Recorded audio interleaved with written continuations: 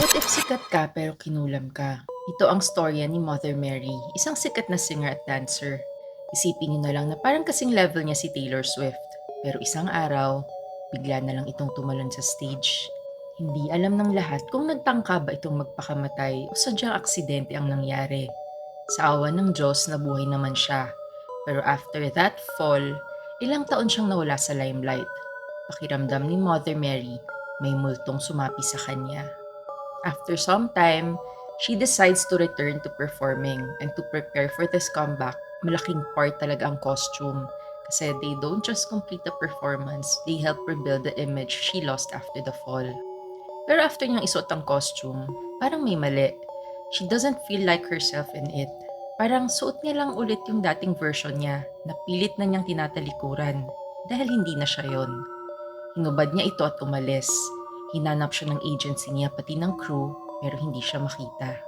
Lingid sa kanilang kaalaman, nasa UK na pala si Mother Mary. Pinuntahan niya ang dati niyang kaibigan na si Sam at nagpagawa ito ng isusuot niyang damit para sa tour.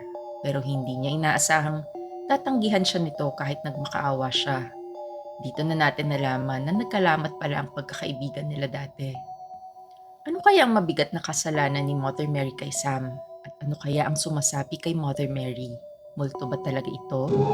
The title of this movie is Mother Mary and is showing on April 22 in all SM cinemas nationwide. Pero ang tanong, maganda ba ang movie na to? We were lucky enough to watch the advanced screening thanks to Creation Studios. And if I had to describe it in 3 words, those would be tense, emotional, and complex. Performance-wise, Anne Hathaway's character is very controlled. Tahimik, pero you can feel ang daming nangyayari sa loob. Ramdam mo yung bigat sa kanya.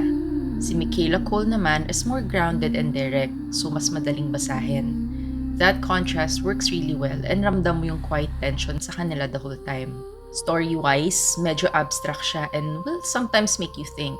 May moments na mapapaisip ka talaga na, wait, anong nangyayari? Even until the story ends, but the ending will stay with you. Visually, ang ganda-ganda niya. Mabubusog talagang mata mo kasi ang daming shots na parang gusto mong i-pause.